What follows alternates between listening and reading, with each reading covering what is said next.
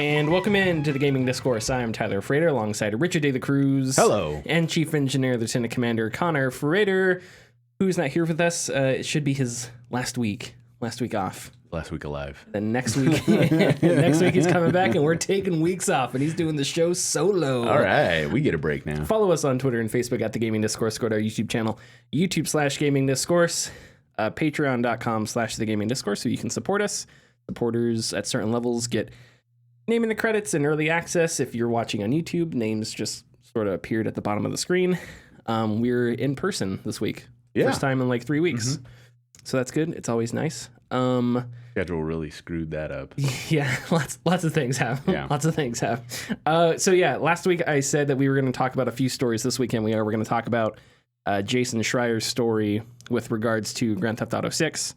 And we're going to talk about Roblox's relationship with China and how they self-censor and stuff like that. It's a rocky one. It's a very rocky story. And then we actually have some news about Ubisoft that we haven't talked about, but Ubisoft, a better Ubisoft, the employee group that's looking to change things there. So we'll get to that. What have you been playing, good sir? All right, so I think I'm trying to if I did, I played the same stuff and I did not get too far. Okay, cool. That. So I haven't played. I did beat Stray. I hate when I say. I don't know why.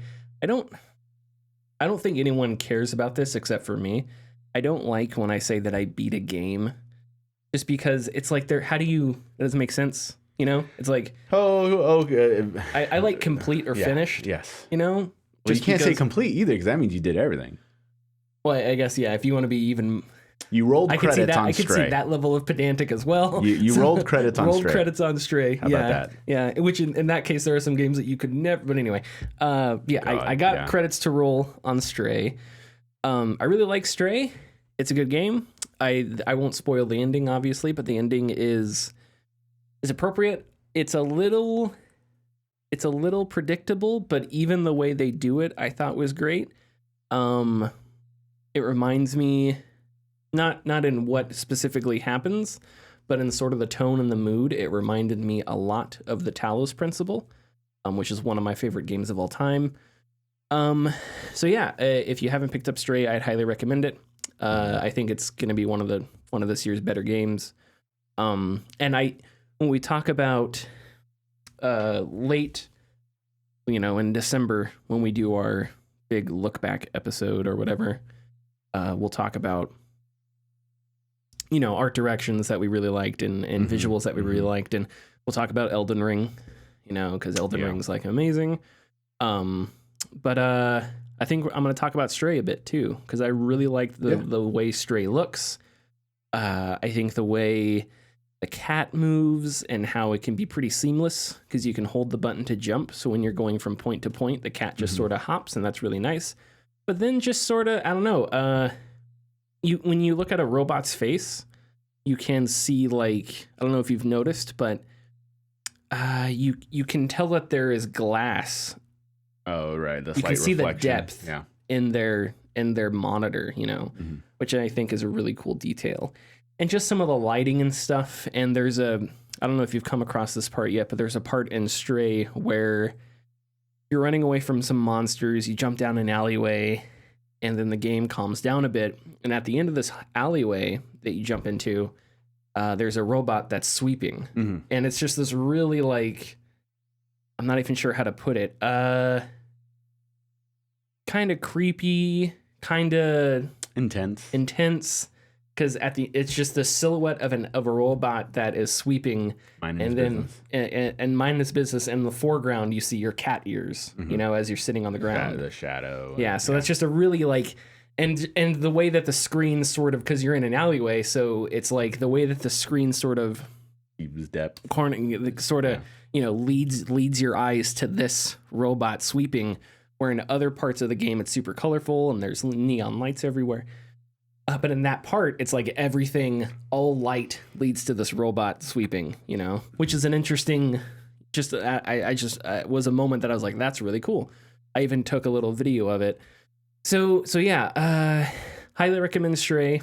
One other game that I've been playing that I'm working on a review of at the moment is a game called Ruins Magus. Yeah, I'm playing that too. You are? Yeah, Oh, I awesome. bought it day one when it came out. I was very excited for it. Yeah. Oh, okay. I just haven't put too many hours, so I haven't talked about it. Well, I'm excited then. Yeah. It is very good. Yeah. So I won't. The first true JRPG from that's how they coined it. Wait, really? Yeah. Are we sure we're talking about the same thing? Yeah. No. We are. We are because people have argued with them about it. Yeah. Oh, okay. Yeah, okay, yeah, because I don't see that at all. No, it's not. Yeah, it's not an RPG. It's not. Yeah, no, not at all. Because there's no way you're not going to make somebody who's in VR wait to attack or do anything like that. Yeah. But it is a very good game. I'm not a big anime fan, but it's a lot of anime. The aesthetic and everything. Yeah, that sort of thing. And it's a dungeon crawler. At first it kind of feels like it's going to be a roguelike, but it's not. Mm-hmm. When you enter a dungeon, you get 3 lives. If you die, you have to replay the dungeon all over again. Right. There are, as you go through the dungeon, you encounter enemies, you fight enemies. It's a pretty when it comes to what you do, it's not super complicated, but you have a shield, your mage who goes, dungeon crawling. You have a shield and you have your spellcasting hand. Yes. And you equip different spells and you equip different shields, and you can reflect attacks back at your enemies when they fire them at you. There are a couple different shields that have different sort of levels. It's like some shields will reflect more, but they take less damage. Some have will take a ton of damage, but it's harder to reflect because you have to time it. You have to press a button. Right. So it's a lot of it is pretty standard. But the way that they execute their combat is the combat is extremely well done.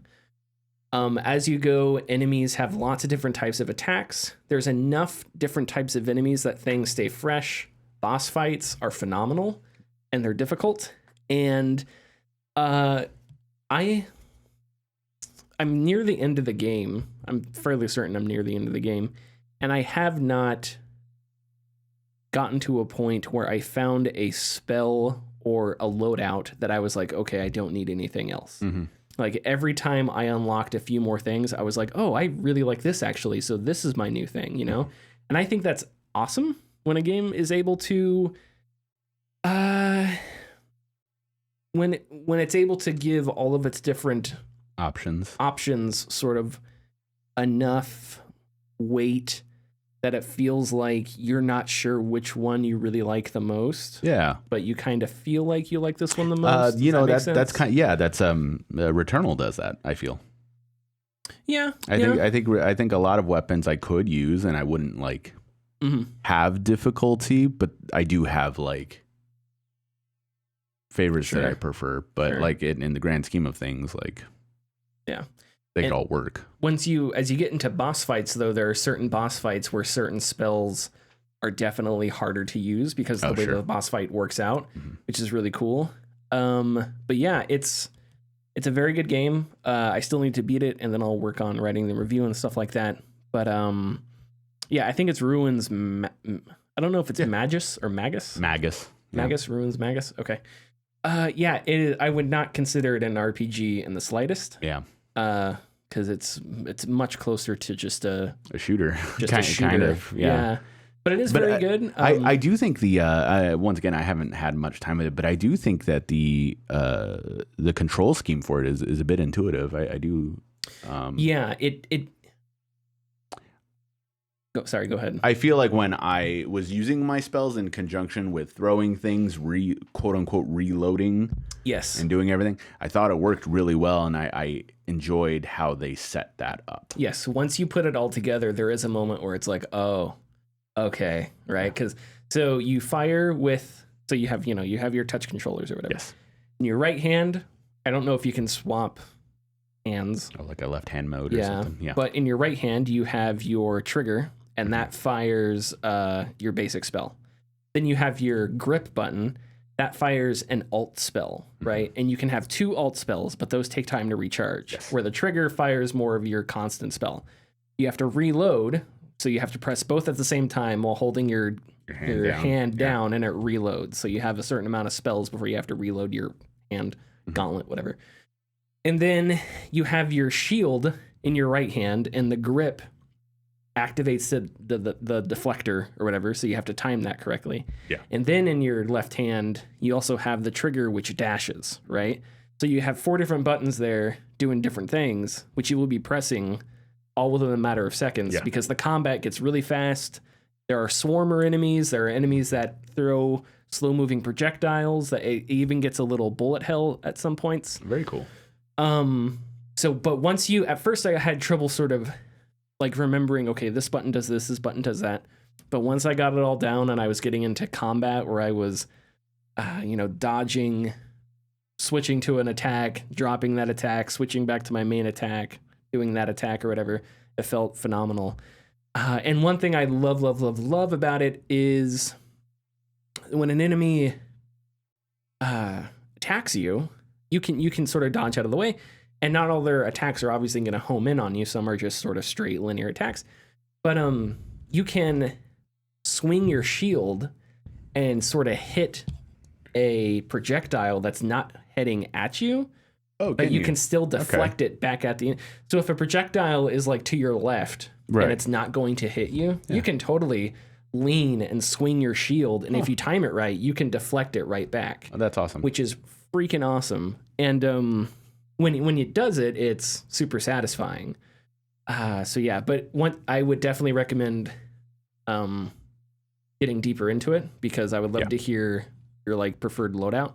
Because as I got into it and unlocked more weapons and things like that, right now I have a loadout that I like, but the boss fights are tricky, which I like, and there are times where I failed and I was like, okay, I need to reevaluate my loadout because this isn't going to work.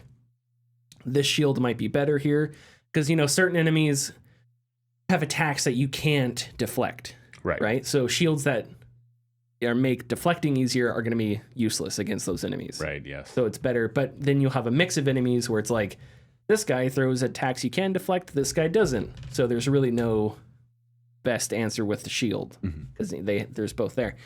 But anyway, so writing a review about it, and I guess we'll talk about it more later on. I don't think there's anything else I have to talk about. Oh, and then I did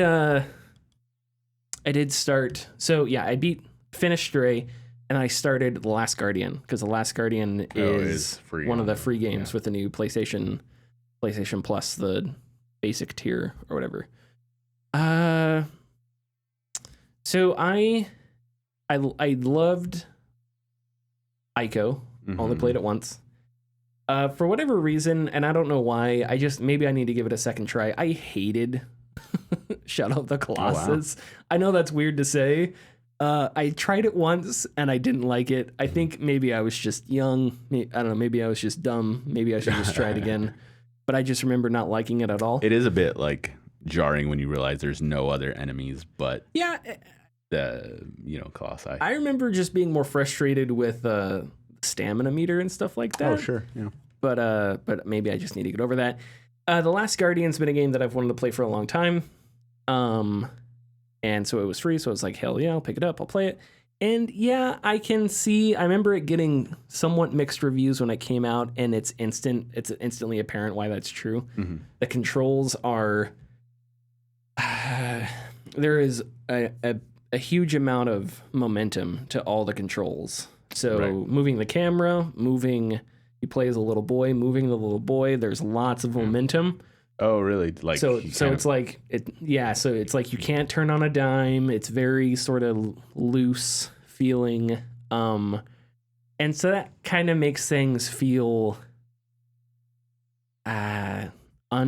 unrefined at times, because it just doesn't feel good.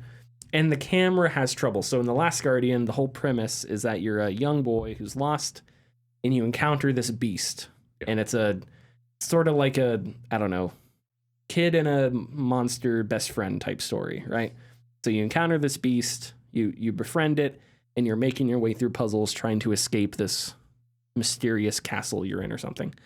And so the environments are awesome and they're varied, but when you go through corridors and stuff like that, the camera really has trouble because the beast moves on its own. But if the beast like pushes your camera out of the way or something, there are moments where your camera will, if it, in third person games if a camera encounters a wall, it will kind of auto, like it'll auto turns or it like zooms in because the wall is like pushing it toward the subject or whatever, So all that stuff happens, and it gets really crazy for like a few split seconds. Yeah. So a bunch of stuff like that. But there is an undeniable charm that those games have that is present in The Last Guardian, and I don't remember who the developer is. But I know that I don't remember if it's the same development team or the same developer that went team to team. But Ico, Shadow of the Colossus, and The Last Guardian are all sort of, if they aren't the same development teams, I don't remember, but they're spiritual successors. Yeah. And I know they're supposed to be set in the same universe, I think. Yeah, I know Ico and Shadow definitely are, but I'm not sure about The Last Guardian. Well, The Last Guardian, I got to a temple and I thought for sure that it was the beginning of like the same, like the temple was the same layout as the beginning of Shadow of the Colossus, and I was like, hold on, there's not much to that either. Yeah, so I was like, wait a second, is this? And I googled it and I found some Reddit posts and I was like, okay, so maybe it's not a secret that all the games are set in the same universe, as far as I can tell. But so that can take some time to get used to.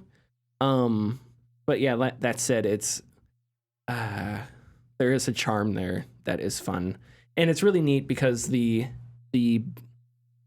beast that you're with, the animal that you're with, does sort of work like it has a mind of its own, which can be frustrating, but it can also be somewhat endearing because you'll be looking for a way like to get out of a room and the beast will jump and it lands on a pedestal and you're like a giant, like a pillar.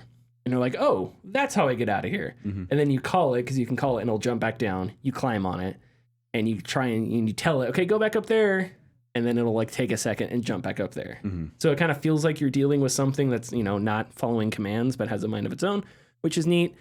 But there have been a few times where I was stuck in an area and I didn't know what to do. And then after a while, the beast just did something. And maybe that was the game giving away what I was supposed to do. Maybe that's how it does it. After a while, like it just triggers, okay, the beast is going to tell you what to do. Yeah.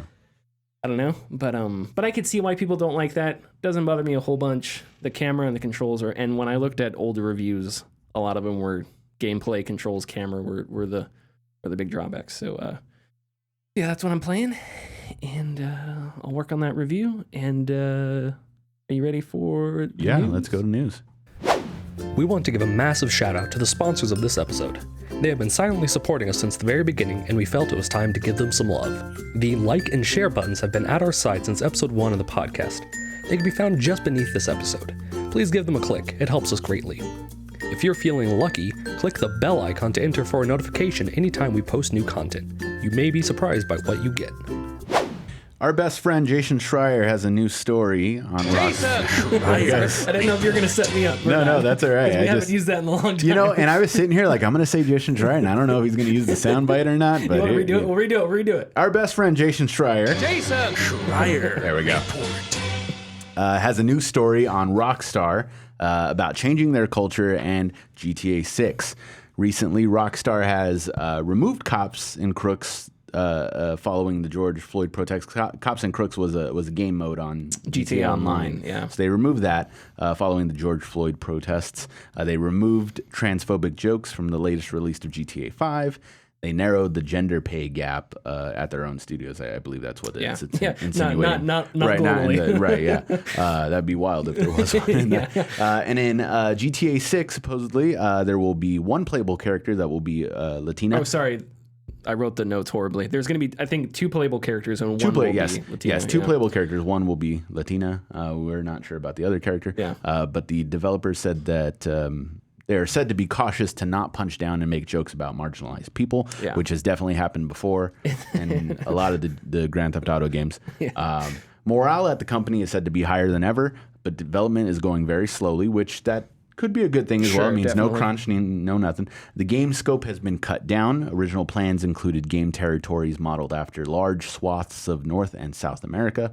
That has been cut down to a fictional version of Miami, though there are plans to introduce more content post-release, which I would assume would be part of either GTA Online or just the game itself. The company's new management structure has created what some devs call a, quote, took many cooks situation, where they... Too many cooks. Yeah, My bad. Too many cooks. Oh, okay. Yeah. I thought you were saying took. I thought you were saying the same thing, but they were taking them out. My fault. There you go. And I pressed the button twice. I should probably proofread these from now on. Maybe I should just not write took when it's two. I don't know. Well, maybe it's up to me. That's all right. Thanks. Too many cooks situation where design decisions were frequently left in flux or contradicts one another. Industry analysts anticipate GTA 6 to be out sometime in Take-Two's 2024 fiscal year. Yeah, so I think this sounds mostly good, right? Yes. Because when we look back about the stories that we know about games that couldn't handle their own ambitions, it was like, here's everything we wanted to do, and we never got a grip on it, and then it just spilled, and now we're here, and the game's delayed, and it's bad, and blah blah blah. Yeah.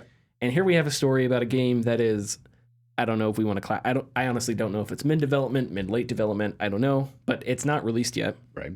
But we already have a story about the developers reaching a decision to cut what they're going to do, focus on this, and this stuff is for the future. Yeah. Right. And I think that's encouraging. Very much so. And it's not like, I don't know. I don't see a downside. I don't see a downside to that stuff. No. That's kind of what you would want to hear. Mm-hmm. And I think that's encouraging, especially at a studio as big and successful as Rockstar. Same goes for the cultural stuff. When we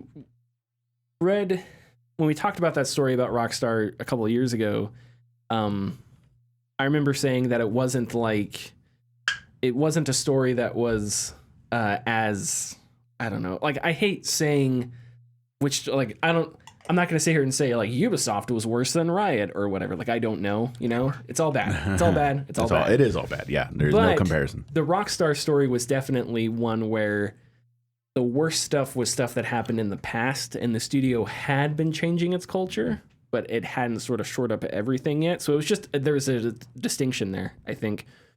So it's good to see that has progressed, because I feel like if Rockstar had regressed, we would have heard about it here, right? Because with everything else that's happened before the Rockstar story and since the Rockstar story, I don't think people would be shy to talk about it. So I think that also is encouraging. And I'm not even sure if I want to say this, because it's the person that lives in my head that I don't for sure know exists. But I can imagine people are having trouble or disliking that they're being cautious about like not punching down and stuff like that. Yeah, I can imagine so. There was a line in the story about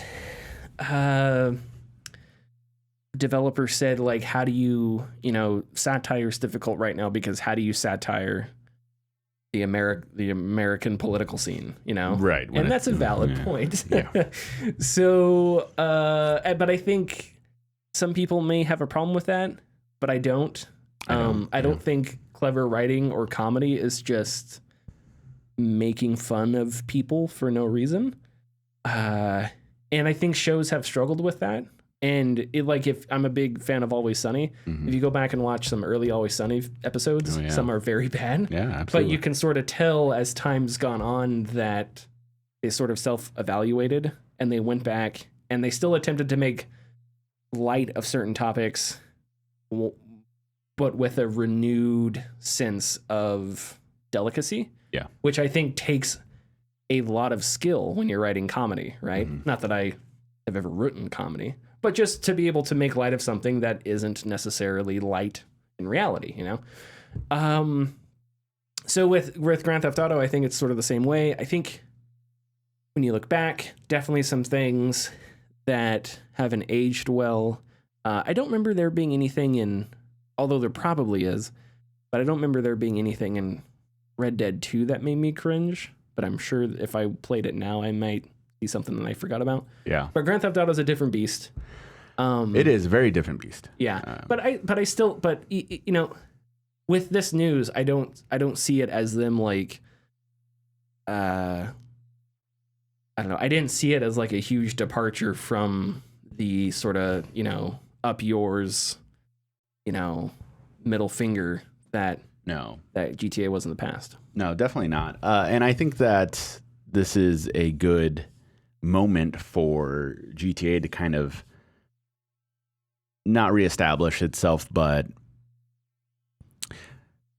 with GTA, there comes an expectation of how you will play the game, how the characters will be. You were always a criminal doing criminal things in the underworld where people are not good. Yes. And so they turn that dial to 11 in a lot of situations, particularly, and in every one of the games I know. I don't know why it always stuck with me, but I remember in GTA Vice City, like there was a mission where you had to go help this guy, like ransack a Haitian neighborhood.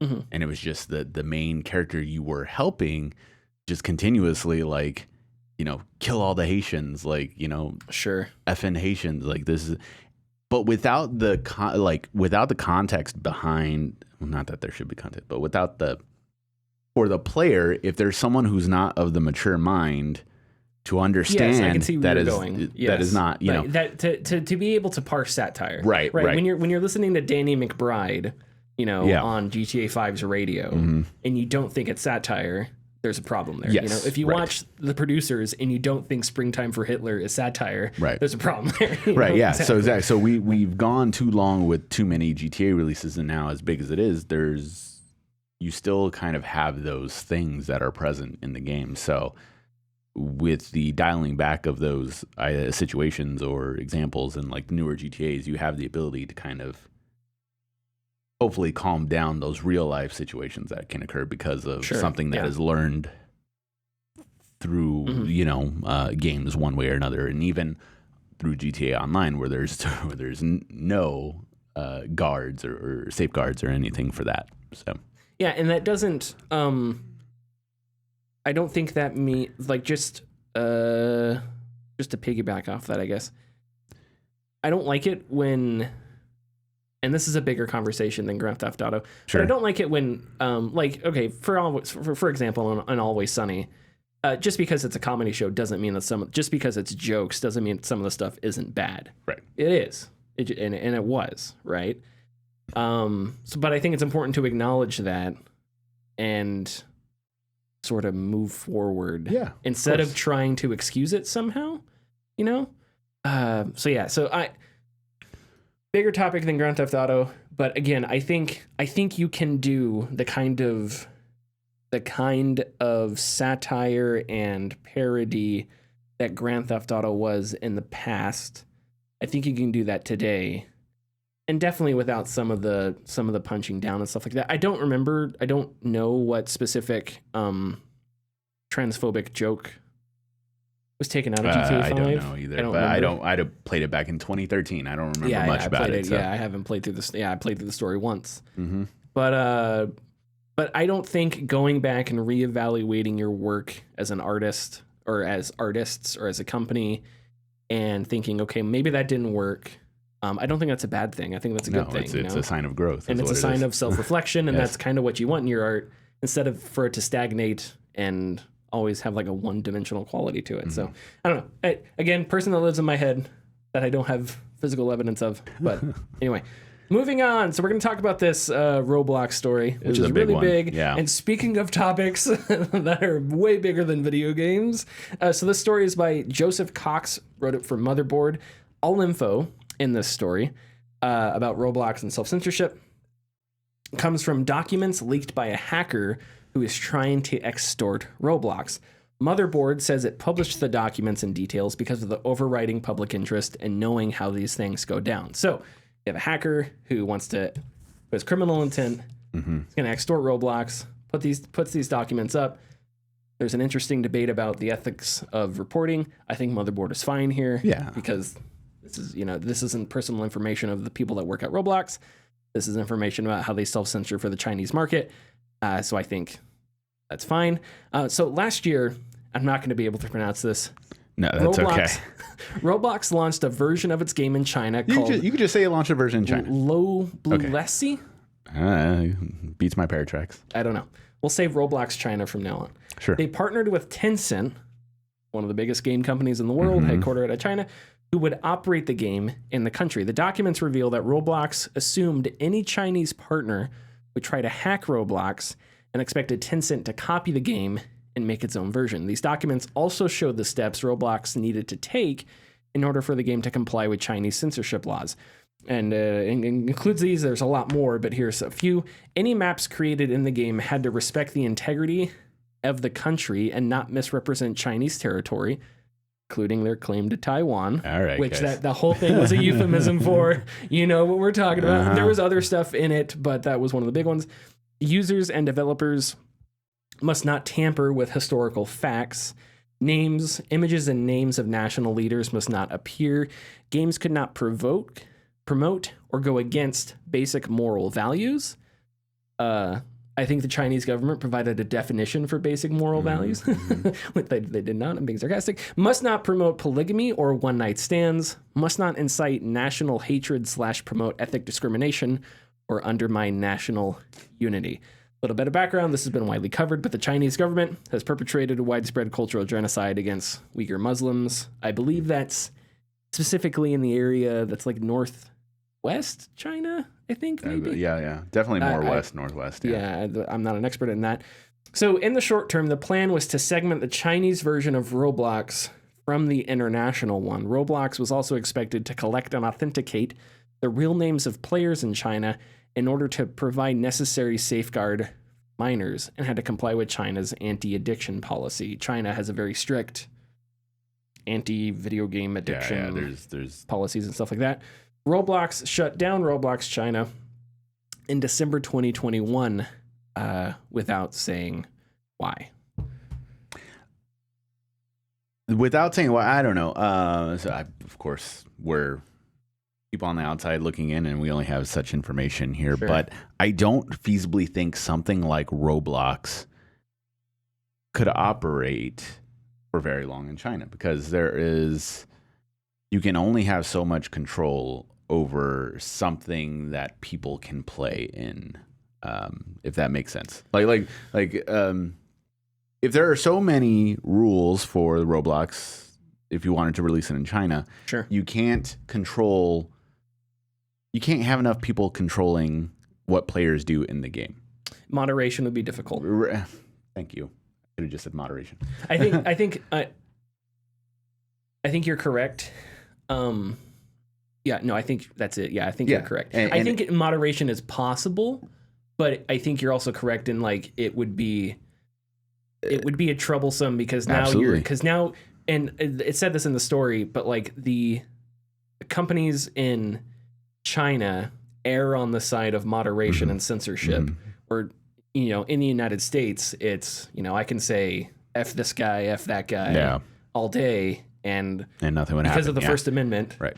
We err on the side of freedom of speech and stuff like that, which I think is the better way to run a country, but that's just me. Sure. But yes, you do have that issue. This is different than, making a movie or making a video game and going, this is the game, this is what you get, 8 hours of this. We've cut out the unnecessary bits for you. Sure. Here you go. Or here is this MMO-esque game where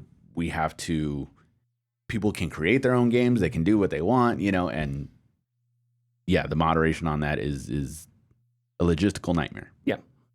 So I think that's probably the biggest reason why they took down this Roblox version. Yeah. Mm-hmm. Beyond that, I mean, it sounds like holy hell. It's just a lot to worry about. And China's market is so fascinating in the sense that there are just literally no rules, it seems. I mean, obviously besides these rules, it's a weird, but I mean, weird market. right. It is a very weird market. Because on the one hand, free-to-play shit, microtransaction shit is just gold over there. Yeah. Like, it's gold here, It is. but it's like more gold over there. Absolutely it is. But the Chinese government seems to not like that or wants to curtail that. Yeah. So there's some kind, and I am not an expert when it comes to geopolitics in China. So just Get that out of the way. If we're wrong, please, disclaimer. yeah. But if I'm an authoritarian state that has hands in one of the biggest game companies in the world, I think the ideology behind we have this, but we do. I mean, and it's a communist dictatorship, so maybe that plays into it. I'm sure it does, right? Yeah, just a little bit. I'm trying to make my way to The point.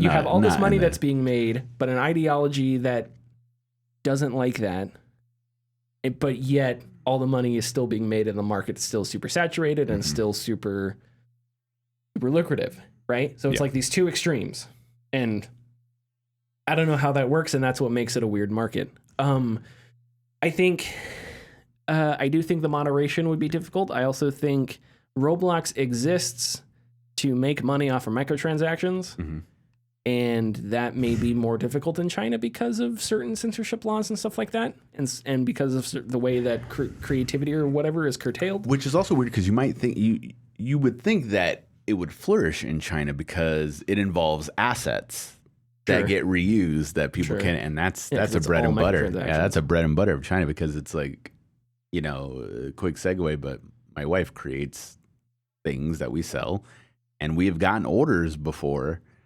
from normal names, but when we check the email, they're like Chinese emails. Interesting. And it's like, no, we're not going to do when we cancel the order, because what they'll do is they'll take our images or what we have and they'll just create it over there and resell it over there. Interesting. Like that's okay. how that works. Like most of like the art theft from online comes from China because they'll just create it into products over there or on Wish or on Alibaba, whatever, and just resell it there for super cheap. And because it's so segregate, I guess. Yeah, and there's no rule. You can't do anything because it's like a whole other nation doing it that doesn't have that rule. And yeah, sure. Yeah. So, and we just to touch on Roblox's ethics here. We know that Roblox is not a company that cares about kids. We know that they care about kids when it comes to how they can monetize them. How they can make them into slaves. And I'm sure they don't want kids being bullied on their platform. But at the same time, they really like how they can monetize an 11-year-old's creativity. And that's the most important thing to them. So that's the company we're dealing with. And I'm sure they had zero qualms about trying to figure out how to jostle with the uncomfortable politics of China and the Chinese government while trying to get their game there.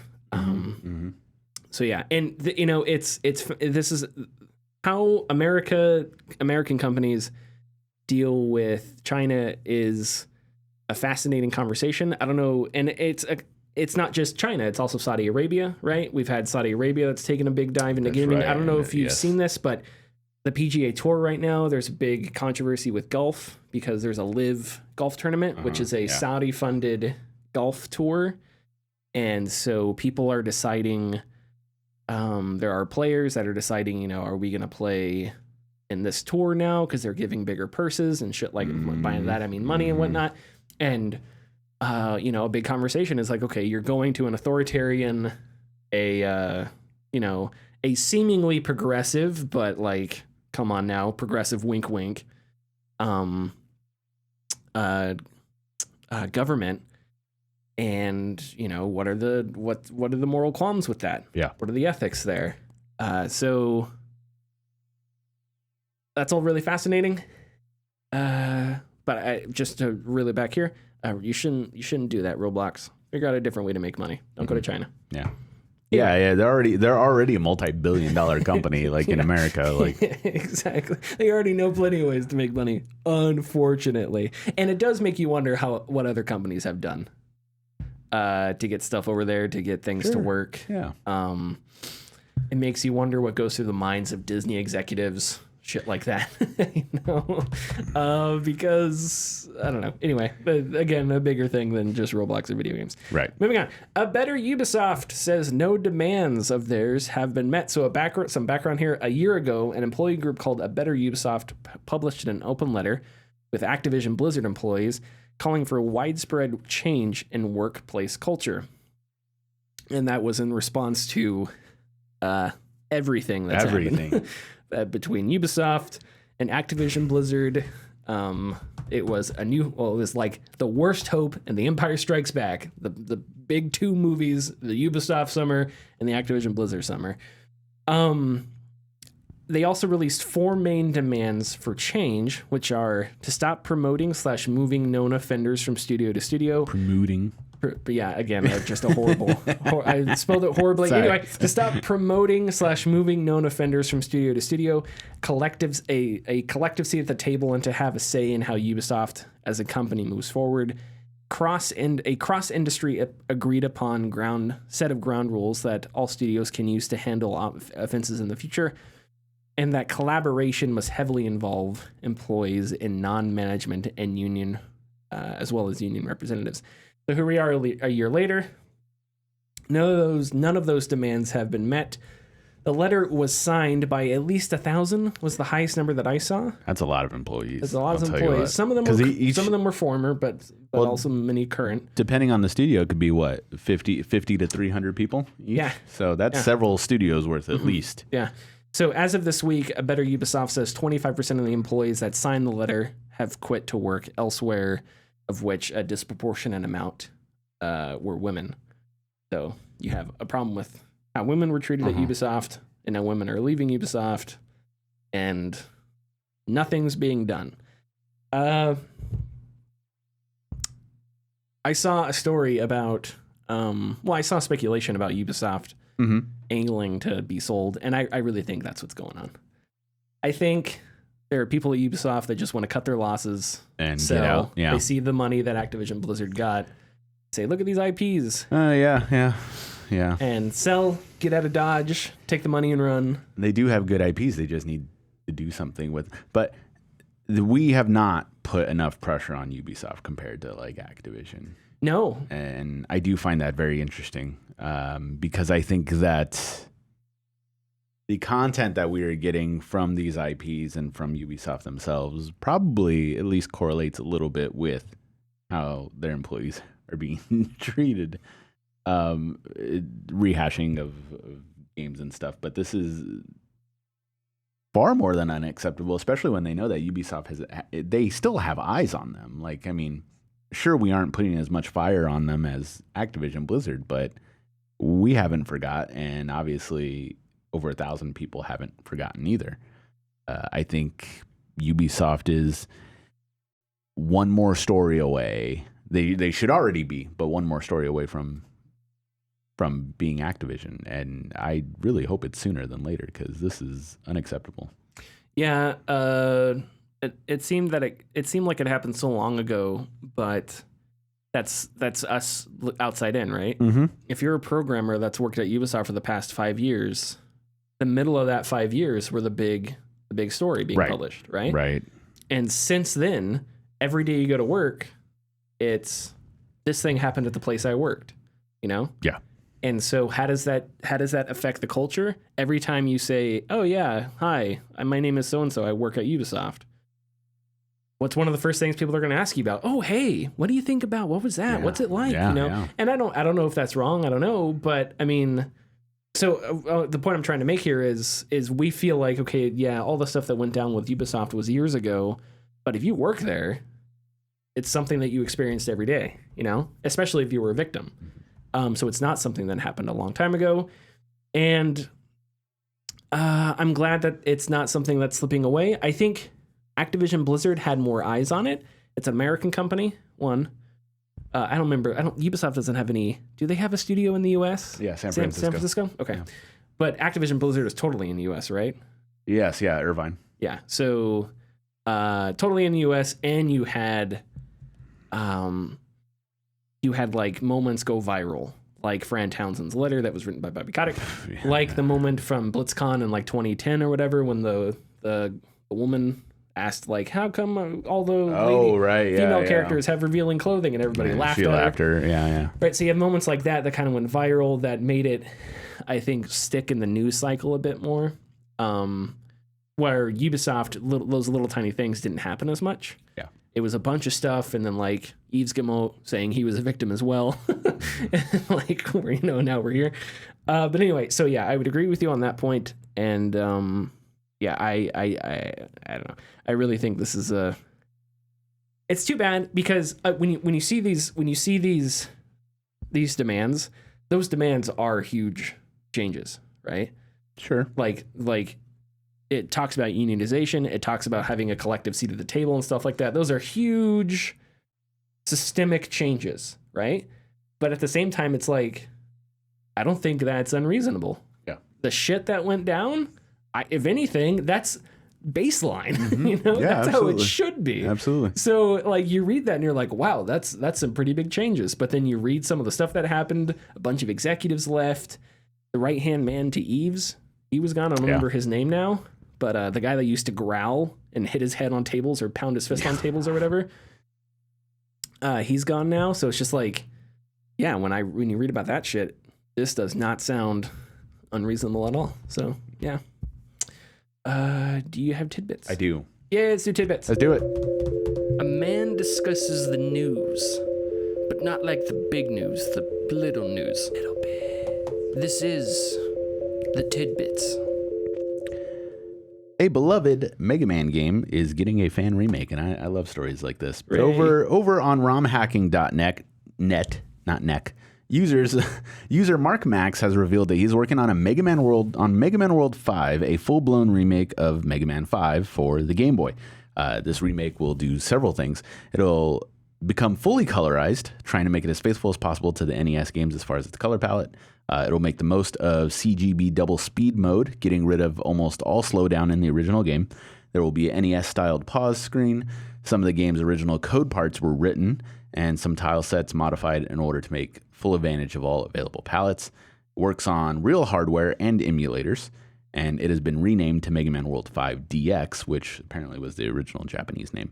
But it's interesting because Mega Man 5 on the Game Boy was black and white, like was not in color. It was for the original Game Boy, so this is kind of quite the overhaul.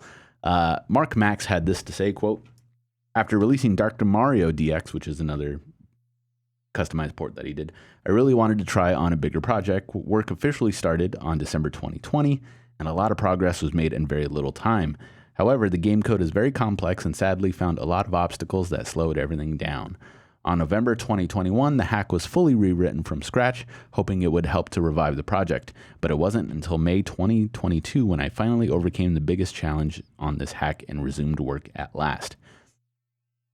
This is great because, for me, as far as preservation goes, maybe even upgrading, this is awesome because Capcom isn't going to do it. Nope. So someone else will. You can't leave. What's the saying? We try to say it at the same time. I can't ship a Theseus. You can't leave IP preservation to the IP owners. Yes. There you okay. go. Sorry. Yeah, I don't know that quote. I apologize. What? Yeah. Nah, it doesn't sorry. matter. Anyways, Game Boy games have not been re-released at all in most capacities aside from the 3DS eShop. So some of the games, particularly Mega Man 5, just cartridge alone, can go up to about $230 just for the game itself. So this is great. This is another good reason why people should be allowed to tinker with the stuff that is no longer when available. When it's super old, I don't know. Yeah, it is. Okay, so first of all, what was this guy's name? Mark Max. That's his username. So that's his on superhero's name. Yeah. So if we get a guy in a cape flying around Manhattan soon, know that Mark Max is definitely his alter ego. He just throws Game Boy cartridges at people. Yeah, definitely. So that's a superhero name. But second, that's awesome. I love these kinds of stories. Very cool. And how old is Mega Man as a series now? 87, I think. So it's coming up on his 35th anniversary this year, next year, whatever. Almost 40 years. Anyways, Miss Pac-Man has been delisted from the App Store and Google Play, speaking of preservation, et cetera, as part of an ongoing tiff between Bandai Namco and At Games.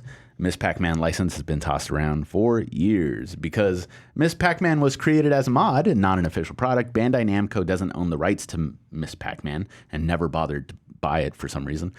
Several years ago, though, the Miss Pac-Man rights were bought by the company At Games, who are mostly known for their terrible low-budget hardware you'll generally find in Bed Bath & Beyonds and Big Lots, etc. As a result, Miss Pac-Man appearances have been modified in older games that have been released recently, such as Pac-Land and the upcoming Pac-Man World remake. And then this is, of course, also disappointing because Ad Games is not that big of a company, and they do not put out quality stuff.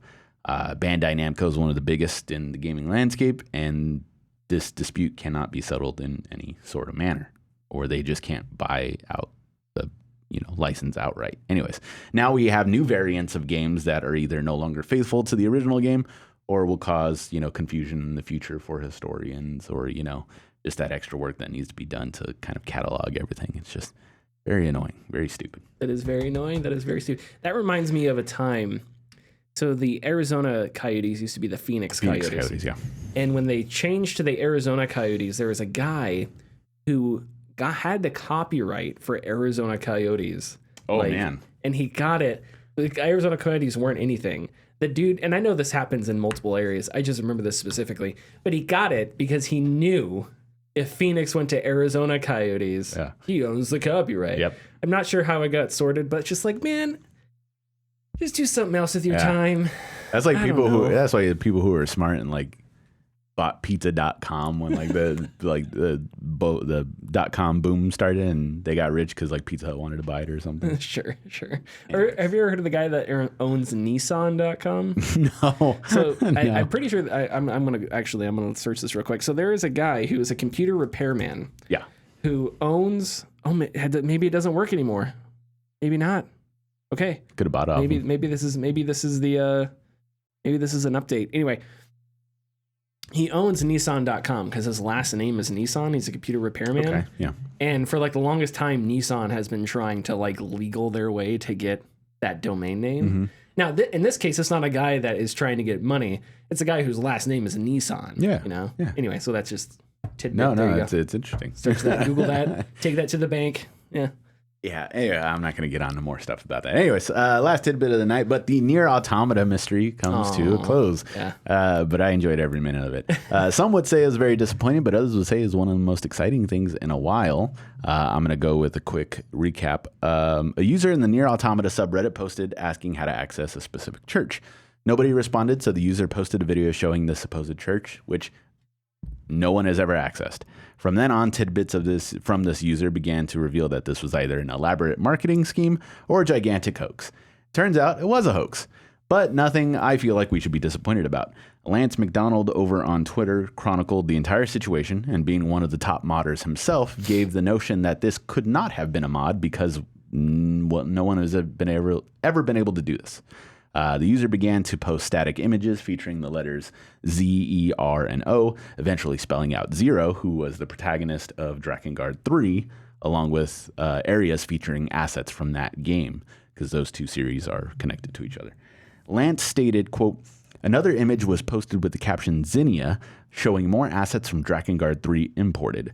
Whoever created this is able to do things in Nier Automata with the Nier Automata engine that no one has ever publicly shown themselves to be able to do before outside of Platinum Games." End quote. The creator of the Nier quote-unquote secret church content went live on Twitch and broadcasted footage of themselves playing through the lengthy new scenario taking place in both new and existing areas before thanking mod developers for their work and community. The broadcast clarified that everything shown was in-engine and indeed the work of extremely talented modders doing things the community thought were not possible before. This insanely entertaining story, in my opinion, has come to a close.